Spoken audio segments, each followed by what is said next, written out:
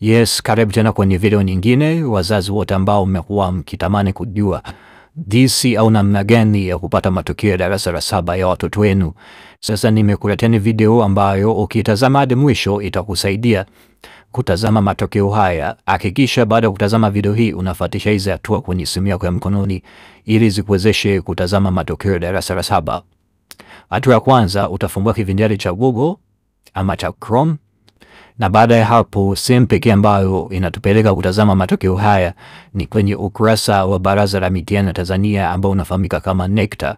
Kama unavyoona kwenye hii video, hivyo kwenye simu yako utasearch ama utaandika NECTA baada ya kufungua kivinjari cha Google ama cha Chrome.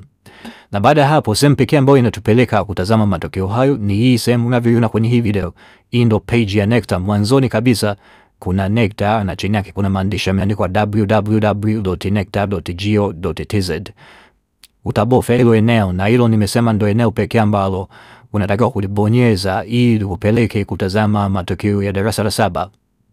Ukishabonyeza hapo, kama unavyoona kwenye hii video na hivyo kwenye simu yako, utatakiwa kuja upande wa kushoto. Upande wa juu kabisa utakutana na vimistari vyeusi, utabonyeza hapo.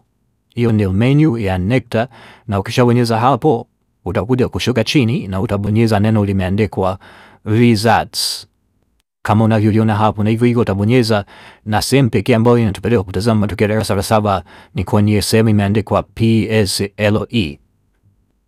Hapo utaibonyeza, na ukishabonyeza, kama matokeo yatakuwa yameshatangazwa na Baraza la Mitihani Tanzania, utakuja kwenye mwaka wa 2025. Lakini kama haipo, basi ujue kwamba matokeo hayo bado hayatangazwa. Ina maana hadi dakika hii bado hayatangazwa. Yakishatangazwa, utakuja kwenye mwaka wa 2025 na utabonyeza maandishi ya kijani yameandikwa PSLE.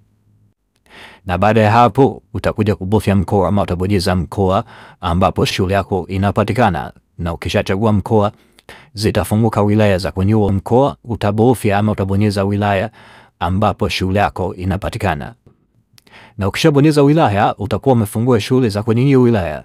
Ni chache, ni rahisi kutazama shule yako inaitwaje. Ukishaipata utaibonyeza, na ukishaibonyeza moja kwa moja utakuwa umefungua kama hivi. Kwa mfano tukibonyeza hapo, utakuwa umefungua matokeo ya darasa la 7 kwenye hiyo shule.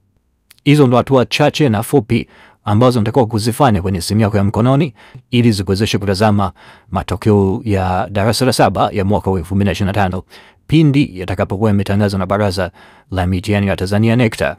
Usisahau kusubscribe channel yetu chini ya video hii.